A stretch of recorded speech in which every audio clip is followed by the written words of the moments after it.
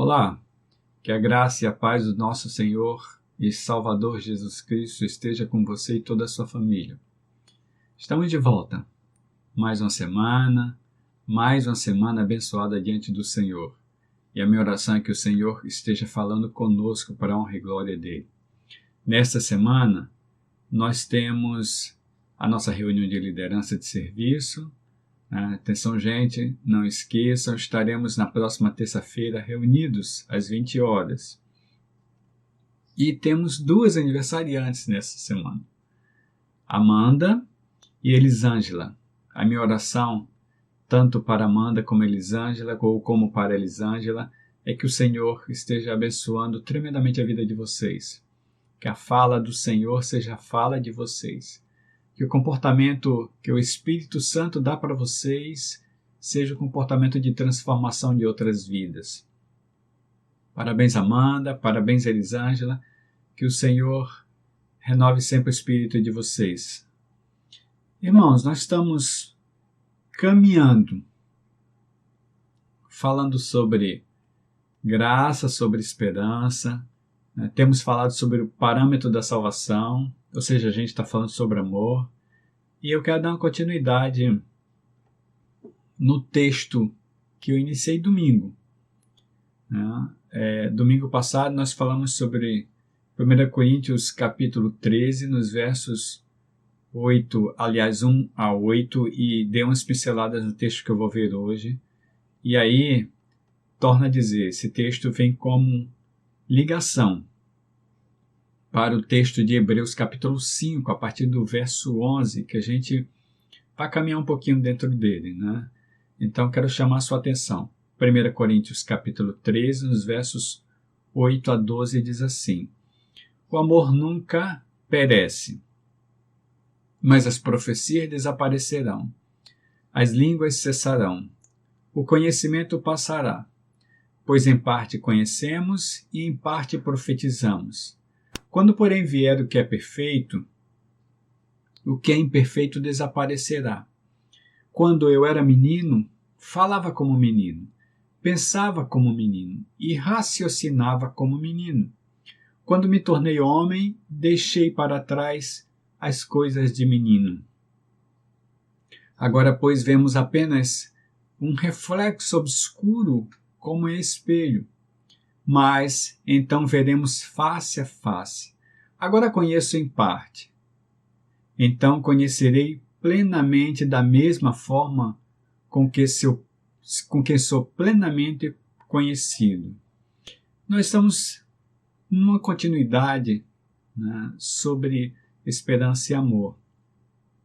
Então nós vimos que Deus nos trata de forma específica, que Ele nos permite o privilégio do começo e do recomeço. Vimos que a nossa percepção está sempre no outro e que o que me atrai ao outro na visão é a presença do restaurador. Semana passada nós vimos sobre o amor é a minha bússola. Quando falo de salvação, o parâmetro é sempre o amor. E vimos que o amor é a prova que Deus trabalha em mim. Tentar fazer, agora com o texto de Hebreus, uma ligação entre esses dois textos. Como eu já disse, o amor é o parâmetro da salvação. Nesse sentido, quero logo trazer para os irmãos aquilo que eu percebo dentro do texto. Primeiro, percebo que há uma dificuldade de ensino aos que têm dificuldade de ouvir.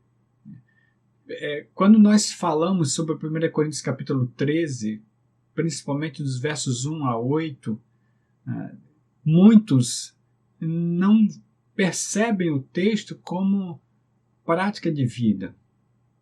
Muitos acham muito bonito. Inclusive, é muito poético, né? Temos grupos famosos que gravaram esse texto ou cantaram sobre esse texto. Nós temos poetas fazendo falas ou trazendo falas baseadas nesse texto. Mas muitos não veem possibilidade de viver esse texto. E eu percebo nisso uma dificuldade. É por isso que eu quero trazer Hebreus capítulo 5. Veja os versos 10 e 11 de Hebreus 5. Diz assim: quando, porém... Aliás, eu estou lendo 1 Coríntios, quero destacar 1 Coríntios capítulo 13 para a gente depois passar para Hebreus.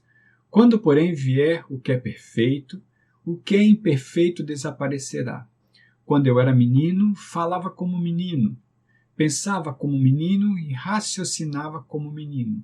Quando me tornei homem, deixei para trás as coisas de menino.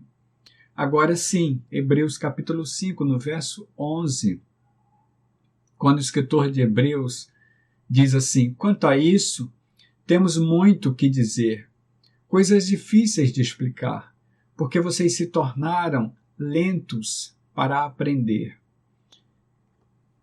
De que o apóstolo Paulo está falando? O apóstolo Paulo está falando sobre amor. Sobre o que o escritor de Hebreus está falando? Quando você percebe o capítulo 5 de Hebreus, você percebe que Jesus é o tema central ali. Mais ainda, Jesus como sumo sacerdote. Eu gosto muito da tradução da Nova Bíblia Viva, desse versículo 11 de Hebreus 5, diz assim: existe muito mais que eu gostaria de falar nestas linhas, mas vocês parecem não prestar atenção. Portanto, é difícil fazê-los compreender. Veja, tornaram-se lentos, não prestar atenção. Na realidade, essa palavra, né, quando tanto tornaram-se lentos como não prestar atenção, ela tem a ver no original com membros adormecidos. Membros adormecidos. Quando a gente vai para o original ao pé da letra, a palavra quer dizer que são membros preguiçosos. Membros preguiçosos.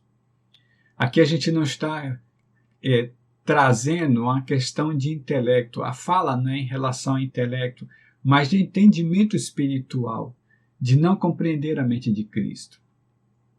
É isso mesmo. As pessoas lá na igreja não conseguiam compreender a mente de Cristo, não conseguiam ter uma visão espiritual do que estavam lendo. O escritor de Hebreus diz exatamente assim: vocês são preguiçosos espiritualmente. Vocês são lentos para prestarem atenção. Vocês não prestam atenção. E quando a gente procura aprofundar um pouquinho mais a palavra, a gente percebe claramente isso.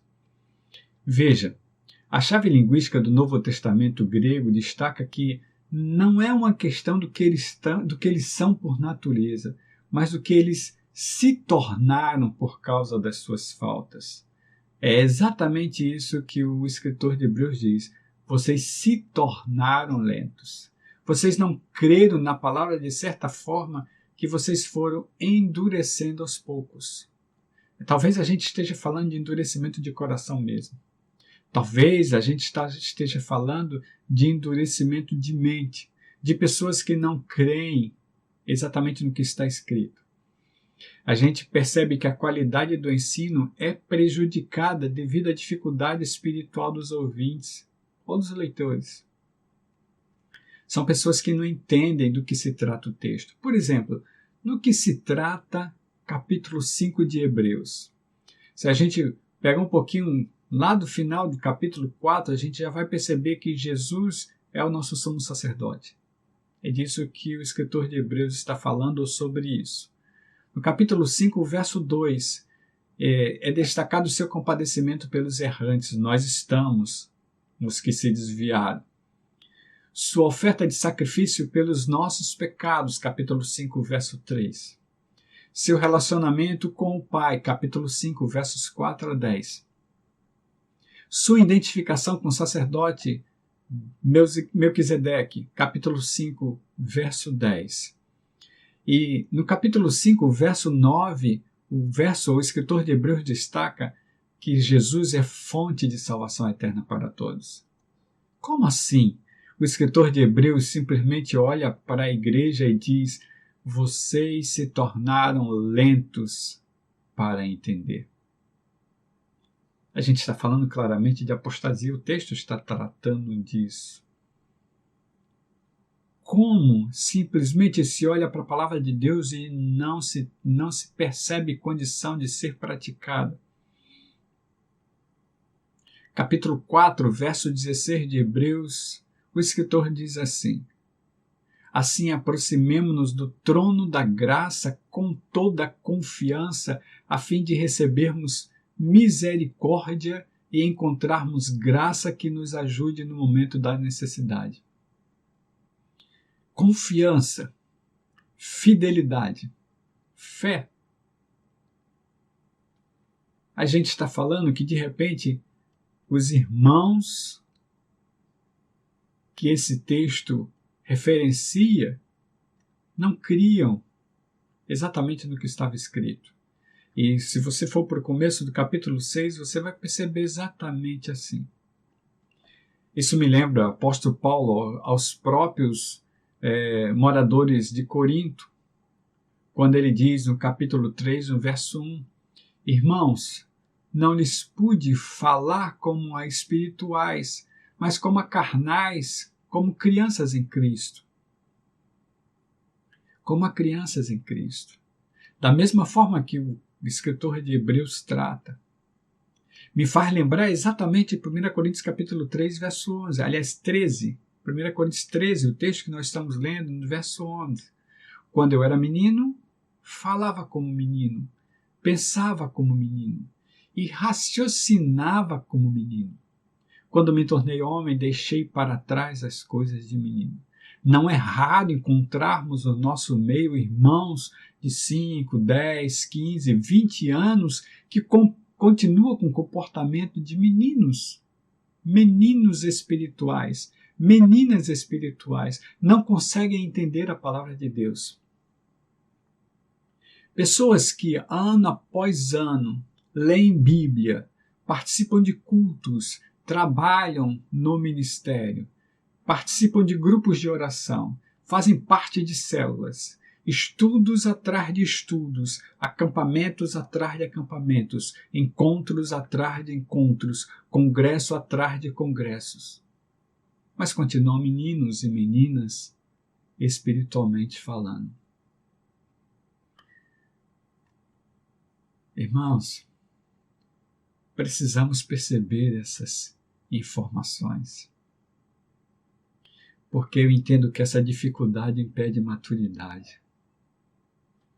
Gente que se comporta como menino. Lembre-se da semana passada? Se você estava conosco, você ouviu isso. Amor é prova de que Deus está trabalhando em mim. Quando eu consigo amar, é porque Deus está trabalhando em mim. Eu posso provar assim. E aí o apóstolo Paulo, em 1 Coríntios capítulo 13, nos versos 4 a 8, diz: o amor é paciente, o amor é bondoso, não inveja, não se vangloria, não se orgulha, não maltrata, não procura seus próprios interesses, não se ira facilmente, não guarda rancor. O amor não se alegra com a injustiça, mas se alegra com a verdade. Tudo sofre, tudo crê, tudo espera, tudo suporta. O amor nunca perece, jamais acaba. Mas as profecias desaparecerão, as línguas cessarão, o conhecimento passará. Meninos que se orgulham, meninas que se orgulham dos dons, mas não conseguem crescer espiritualmente. Não conseguem amadurecer espiritualmente. Da mesma forma que eu reflito sobre isso, eu coloco minha reflexão para você. Hebreus capítulo 5, nos versos 12 e 13. Perceba, Hebreus 5, 12 e 13. O escritor de Hebreus diz assim: embora a essa altura já devessem ser mestres, precisam de alguém que ensine a vocês novamente os princípios elementares da palavra de Deus. Outra outra tradução diz oráculos, são os princípios elementares. Vocês estão precisando de leite e não de alimento sólido. Quem se alimenta de leite ainda é criança e não tem experiência no ensino da justiça. E aí eu torno a referenciar pessoas com 5, 10, 15, 20 anos que não entendem a palavra de Deus. Quando se fala em discipulado, elas dizem que não têm condições. Não sabem sequer o que é discipular. Precisam aprender sobre as coisas elementares da fé. Elas são convidadas a falar e não conseguem falar. Elas entendem que quando são convidadas a falar, a orar ou coisa assim, elas precisam ter sabedoria para que isso aconteça. Elas não conseguem entender que Deus disse que o Espírito é dado, o Espírito de Deus é colocado em sua mente, em seu corpo, em seu espírito. Elas não conseguem entender que simplesmente Deus disse, ninguém precisará ensinar mais a ninguém. As minhas leis estarão no coração de cada um daquele que estiver comigo. Continuam se dizendo despreparados. Eu não sei se é o seu caso, no entanto, é preciso entendermos a palavra de Deus. Porque vejam, quando o escritor de Hebreus diz assim, embora a esta altura já devessem ser mestres, aqui é uma obrigação. Aqui é uma obrigação. Ele não está falando de dom de mestre. Ele está falando de pessoas que já tinham tempo bastante no corpo de Cristo para poder ensinar outras pessoas, mas continuavam se comportando como crianças. Já devessem denota obrigação. Mateus capítulo 28, nos versos 19 e 20, naquele texto que todos nós sempre ouvimos, e que a gente chama da grande comissão, Jesus diz assim, portanto vão e façam discípulos de todas as nações, batizando-os em nome do Pai, e do Filho e do Espírito Santo, ensinando-os a obedecer a tudo que eu lhes ordenei, e eu estarei sempre com vocês até o final dos tempos.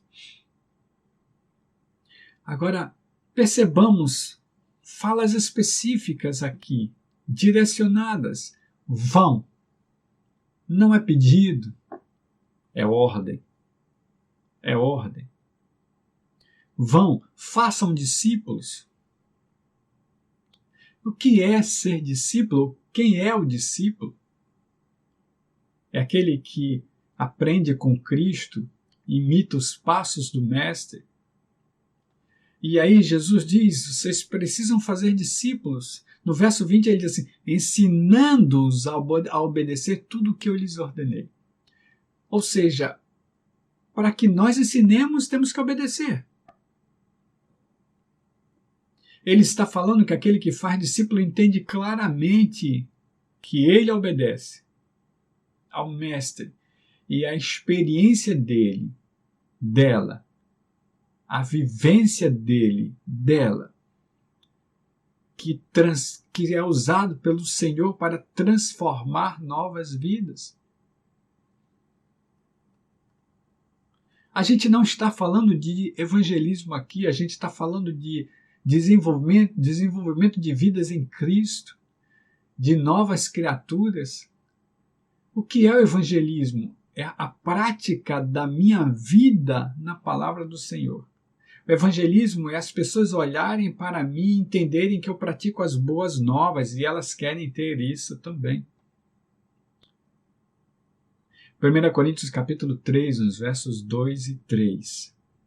Continuação do que nós acabamos de ler. Dei-lhes leite e não alimento sólido, pois vocês não estavam em condições de recebê-lo.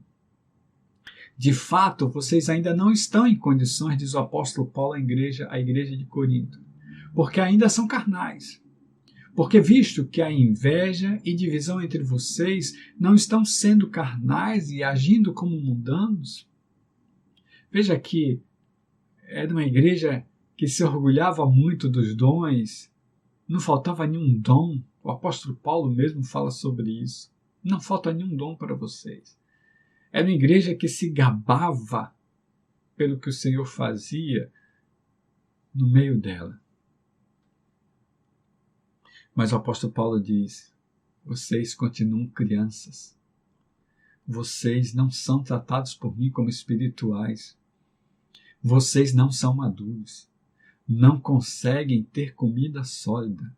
O alimento de vocês precisa ser leite. 20, 5, 10, 15, 20, 30 anos ouvindo as mesmas coisas e não conseguem praticar. E ainda exigem dos líderes que ensinem a vocês. Como se vocês não tivessem o Espírito, como se vocês não soubessem a palavra de Deus, como se vocês não tivessem impresso no coração de vocês, como se vocês não fossem carta escrita de Cristo para a humanidade. Eu quero destacar, já caminhando para o final, que o escritor de Hebreus, capítulo 5, nos versos 8 e 9, destaca Jesus Cristo. Ele diz assim: embora sendo filho, ele aprendeu a obedecer por meio daquilo que sofreu. E uma vez aperfeiçoado, tornou-se a fonte de eterna salvação para todos que lhe obedecem. Como foi que Cristo aprendeu? Obedecendo. Obedecendo. Cristo aprendeu obedecendo. E quando você viaja nos evangelhos, quando você passeia nas entrelinhas dos evangelhos, descobrindo a vida de Jesus Cristo, você vai perceber ele sempre dizendo: eu obedeço ao meu Pai, eu falo as coisas que ele diz para mim.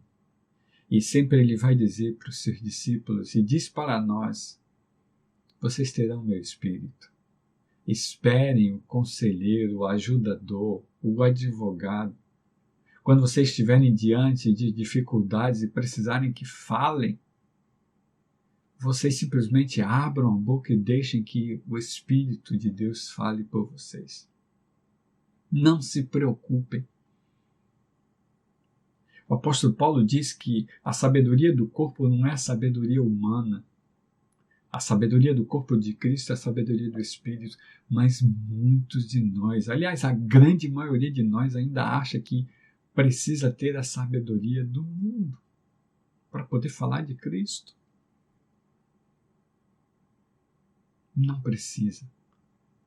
Você tem Deus em você. É o Espírito Santo que lhe ensina.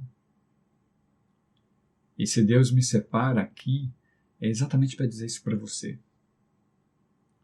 Você não precisa de mim para servir ao Mestre. Você precisa se expor e entender que é o Espírito Santo quem faz a obra.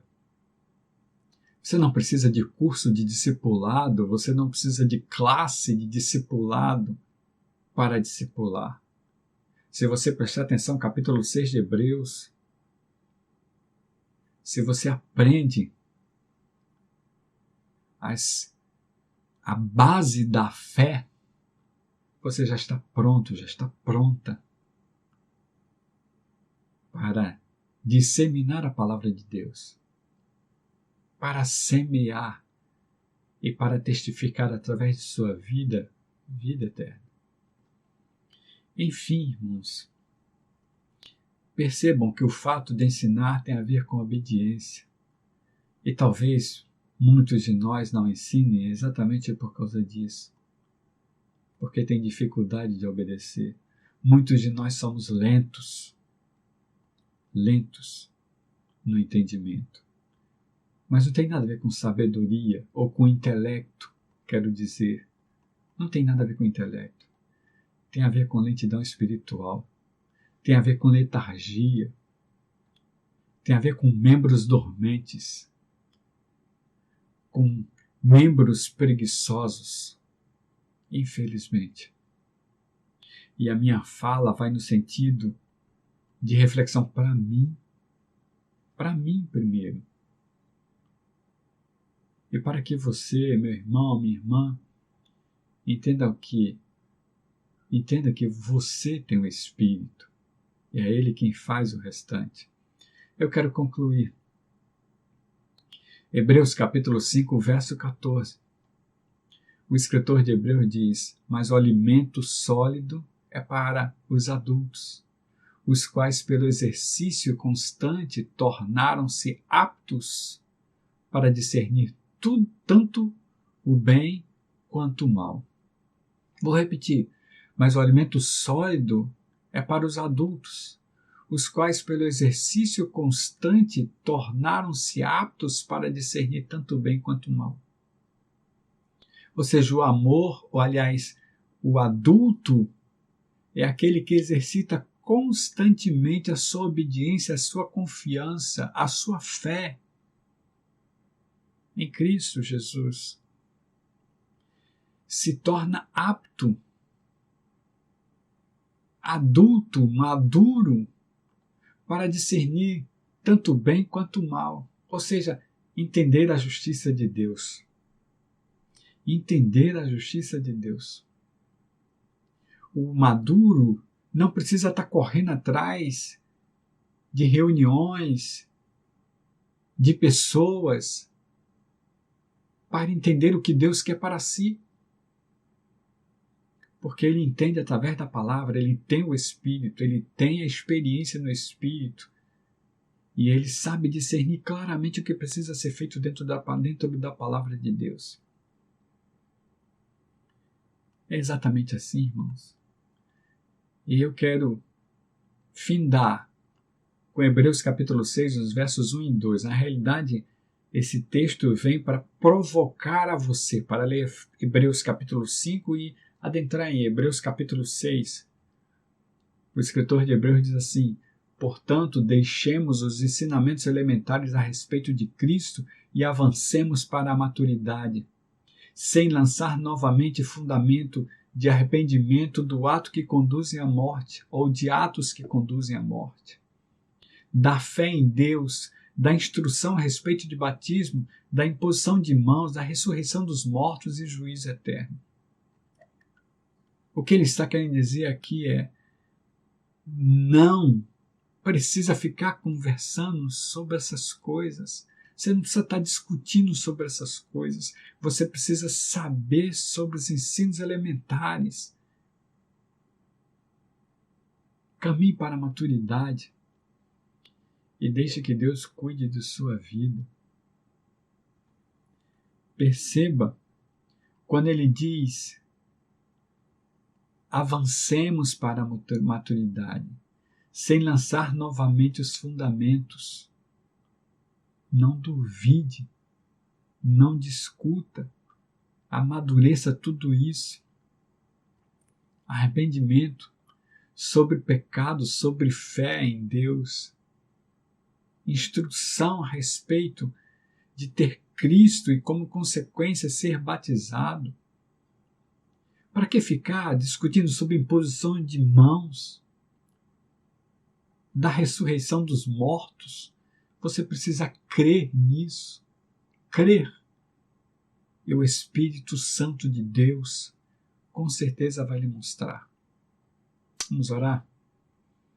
Deus, quero te louvar, te agradecer, porque o Senhor esteve, está e sempre estará conosco. É o Senhor que promete que não nos abandona, providenciando todas as nossas necessidades. É o Senhor que a vontade dele é boa, perfeita e agradável. E a minha oração é que nesse momento, Senhor, o Senhor esteja falando com meus irmãos e irmãs que me ouvem e me veem nesse momento. Seja em que momento for, a minha oração é que o Senhor fale poderosamente aos seus corações, transformando sua vida para a honra e glória do Senhor. Que o Senhor tenha misericórdia de nós. Que o Senhor faça sempre resplandecer o seu rosto sobre nós, dando sempre a sua unção para nós, a sua graça, derramando de suas misericórdias e aumentando a nossa fé. Assim eu oro no nome de Jesus. Amém. Essa é a minha oração para você. Aos irmãos que estarão conosco mais tarde, na nossa sede, até mais tarde. Quero chamar sua atenção que a partir das 5 da tarde nós estaremos transmitindo a nossa reunião na nossa sede. 5 da tarde, através do nosso Facebook. A minha oração é que você esteja junto conosco, para a honra e glória de Deus. Deus nos abençoe.